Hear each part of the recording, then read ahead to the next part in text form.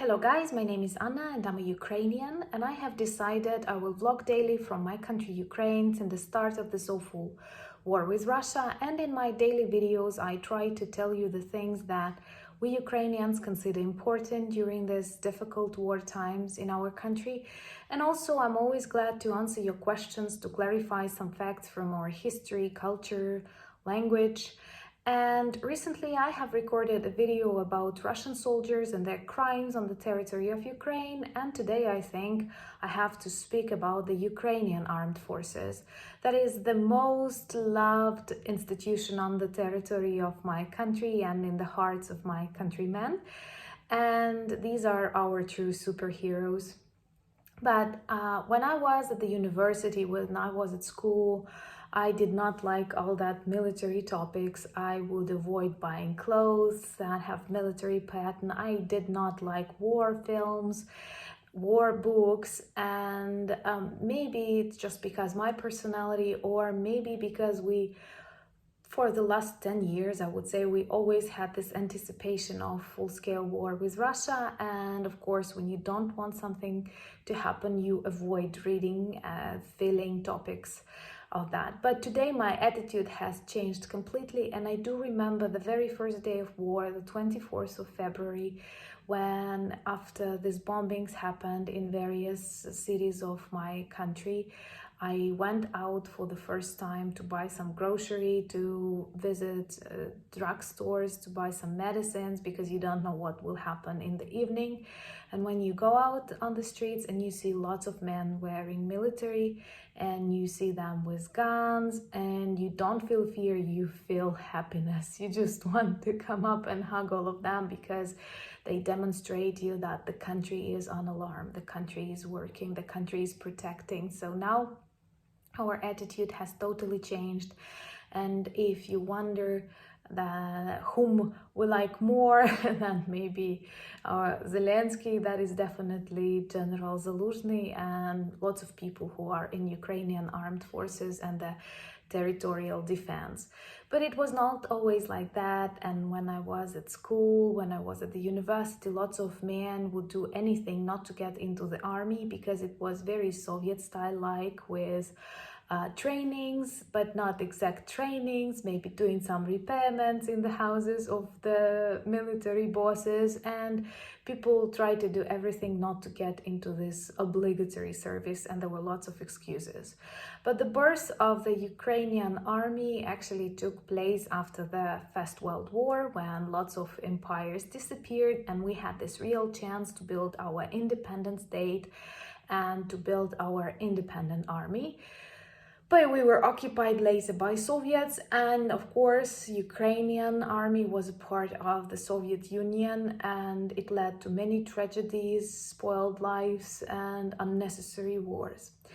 And when Ukraine gained independence in 1991, we started analyzing, counting what we have, and we launched a very unusual campaign that was actually nuclear disarmament of Ukraine. And at the moment of our disarmament, we were actually the country with the third nuclear potential in the world. And I think this is just one and only unique example of the country that decided to disarm itself, having nuclear weapons. Of course, today we realize that the dialogue with us being a nuclear state would be totally different from the one we have now. But, and of course, Russia was one of the most important givers of guarantees. That was another mistake. But I totally understand that all this process of disarmament was definitely influenced by Russia, Russian spies, Russian politicians that were still present in Ukrainian politics straight after the fall of the Soviet Union. And this Budapest Memorandum is something like, as I don't use bad language, so I will not speak about Budapest Memorandum, because as all memorandums, it means nothing, it guarantees nothing, and it only demonstrates how primitive all of these decisions were. And in the 2000s, this process of disarmament continued, and we have lots of bombs, lots of missiles, lots of mines. They were either destroyed, or what is even better, they were given back to Russia. And it is not the normal policy. It was definitely under the influence of Russian powers, various, that were present in Ukrainian politics for decades.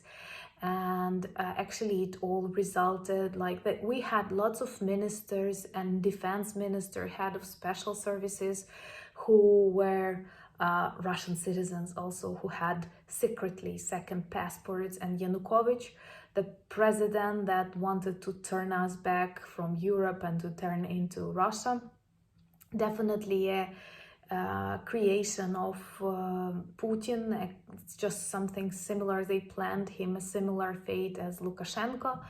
And in 2014, Ukrainian people could not take it anymore, and we had Maidan, we had this revolution that helped us to return back into our normal state of freedom and democracy. But at the same time, Russia used it to annex Crimea, Donbass and Luhansk. And this is a moment when Ukrainian army understands that there are lots of rats inside of the Ukrainian army. There are lots of weapons that we have on paper, but in reality we don't have, because they were sent back to Russia, they were sold, they were stolen, and not just because of corruption, but also because of various Russian special operations. And this is the moment when serious desovietization, if I can say it, desovietization of Ukrainian army starts, and it becomes to look like a normal, strong army. And as a result, we have started talking about comfort, which is unusual for Soviet and Russian army, about normal food, normal clothes, normal underwear that Russian soldiers now steal from our soldiers. And more women came to the Ukrainian armed forces, and they are not only like bookkeepers or secretaries. They're also, for example, there was a beautiful woman pilot that died during the first days of this war, but she was a military pilot, and there are other women military pilots. And I do believe that the presence of women in the armed forces make this army more normal, more natural, like representing the Ukrainian society. And as a result, we have started doing parades on various important days, and new personalities appeared. And General Zaluzhny, who is the head of the Ukrainian armed forces, is a very smart man with a nice sense of humor, with very good education. And he spent years learning strategies, and not Soviet strategies, not Belarusian strategies, but he was open for different experiences all over the world. And I'm sure today he's an interesting personality. After we win, he and lots of soldiers from the Ukrainian armed forces will get interesting and important experience they can share with other armies of the world. So not like a smaller brother, but like a normal and strong army. And another important thing is that we have this territorial defense. This is not like soldiers who are on contract, but these are people, volunteers, who decided they want to protect their land, their country during these dangerous times, and they are trained and they stay within the borders of their regions, or sometimes they are sent to hotspots if it is necessary, and they are the second level of defense. And there are also women in the territorial defense. And I think this is something that will stay with us even after we win, because now Ukraine needs to be prepared always. And of course, we have police that is no more a militia like it is in Russia, like it was in Soviet, and the police was reformed and they are user-friendly, and this is also very important for us. And in general, I think that the success of the Ukrainian army, that they have managed to stay strong during this very important, very decisive days when Russia started full-scale war, and no one could believe this is possible, and no one also believed that Ukrainian soldiers and Ukrainian armed forces will be able to oppose and successfully oppose these attacks, then the world started slowly, step by step, started to believe us. And today we are very grateful for that support, and we do see that this support changed, not just like being worried, not just like sending our concerns and support, but real military help. And the meeting in Germany in the base Ramstein, easy to remember, and the General Austin speaking about all of that support, and Great Britain, that was the first voice to say that no, we will not accept Putin's behavior. All of that is very important, and we are very grateful for that support. And I think Ukrainians learn very quickly, and the fact that they will use NATO standards and NATO weapons will definitely make us stronger and more able to protect Ukraine and to protect the civilized world, because Putin has demonstrated he's insane. It is not just about Ukraine, it is not about NATO, it is just about him having desire to be the ruler of the doomed world. And I am pro-NATO.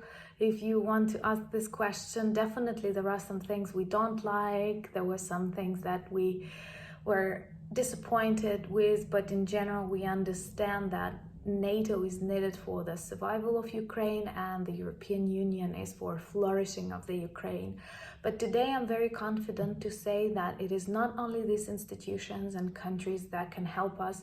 I do believe that Ukraine, Ukrainian people, Ukrainian armed forces can be useful for the world too, because the experience we get, the morale and courage that we demonstrate cannot be unnoticed. And I think it can make the world a better place. It can strengthen Europe, because this is what we want to do.